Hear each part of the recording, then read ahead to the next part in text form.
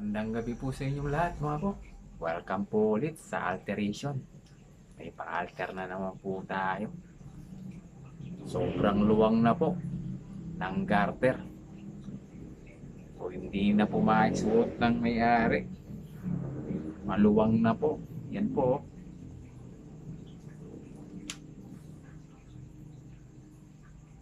Nasa 17 inches na po yung mag niya. Oh.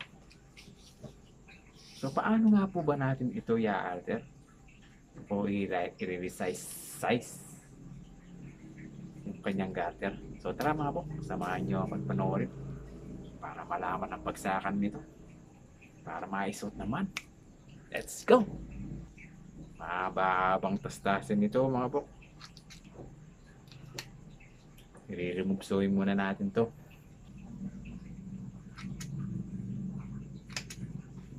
So, ito na nga mga po. Natastas na natin yung waistband sa pagkaatas sa body niya. So ito na naman waistband, yung joining niya, ang tatasasin natin. Ito mga po. Natastas na rin natin. Grabe, sobrang luwang na yung garter oh. Hindi na kumakapit yung goma niya.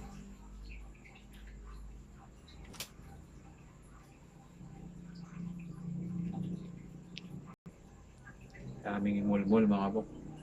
Linisin muna natin ito. Ano?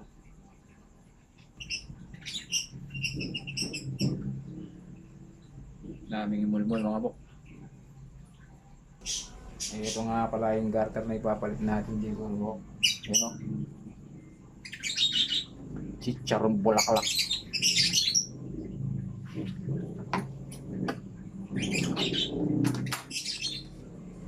Siyempre, nagsukat tayo ng 13 inches mga po. 13 inches. So, tara, sewing natin to mga po.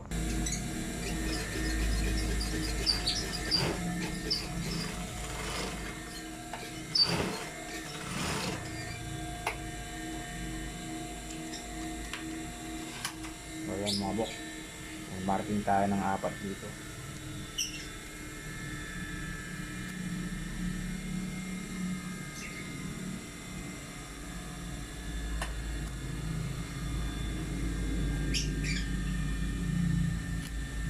So ayan mga bok, yung marking natin 1, 2, 3, 4.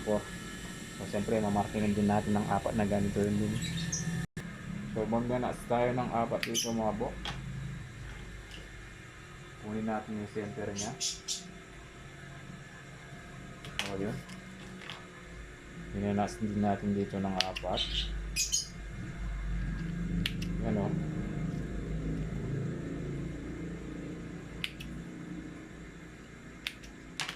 So pagkatapos i-join natin yung garter sa waistband mga bok. So ito nga yung pag-join dito mga bok.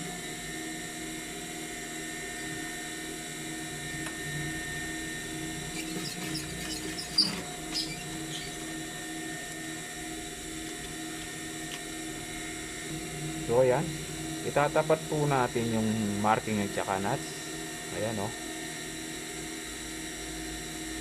Then i-join po natin dito.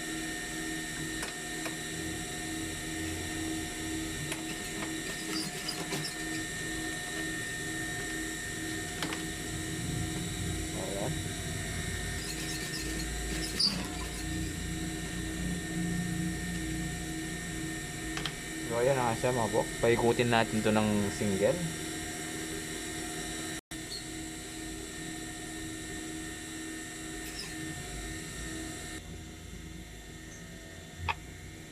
Ito na nga po, nabuo na po yung waistband.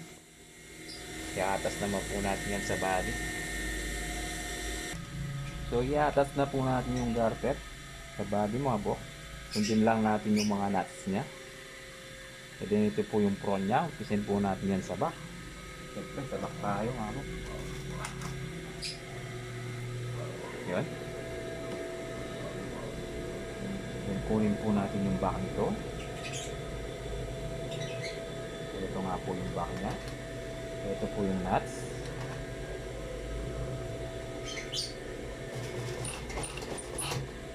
So itatapat lang po natin yung nuts sa side, ayan po.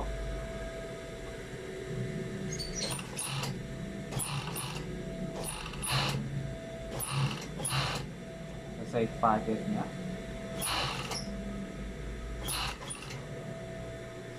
And then yung front na nuts niya, ayan.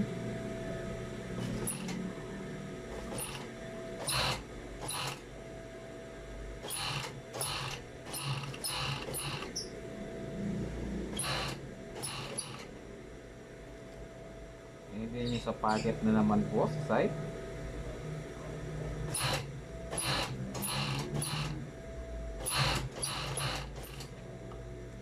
Tatapat nyo lang.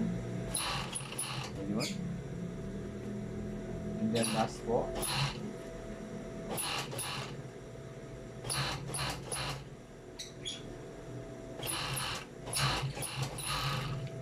So ayan. Tatapos na po siya. Mga po. Ito na po. Yung cheese whiz bun natin. Sigurado kung kasya na. Kung kanina sobrang duwang niya. Ito.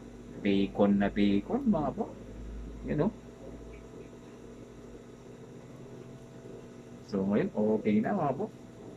Pwede na suotin ito. Yan o. So ito nga po. Yung cheese whiz bun po natin. Maraming salamat po sa mga nakakapanood nito. Kung pwede po sana makaingin sa inyo ng kahit isa man lang ng like. O thank you po. God bless po sa inyo lahat. Ganda po. Good night. Cheese whiz bun. Thank you po.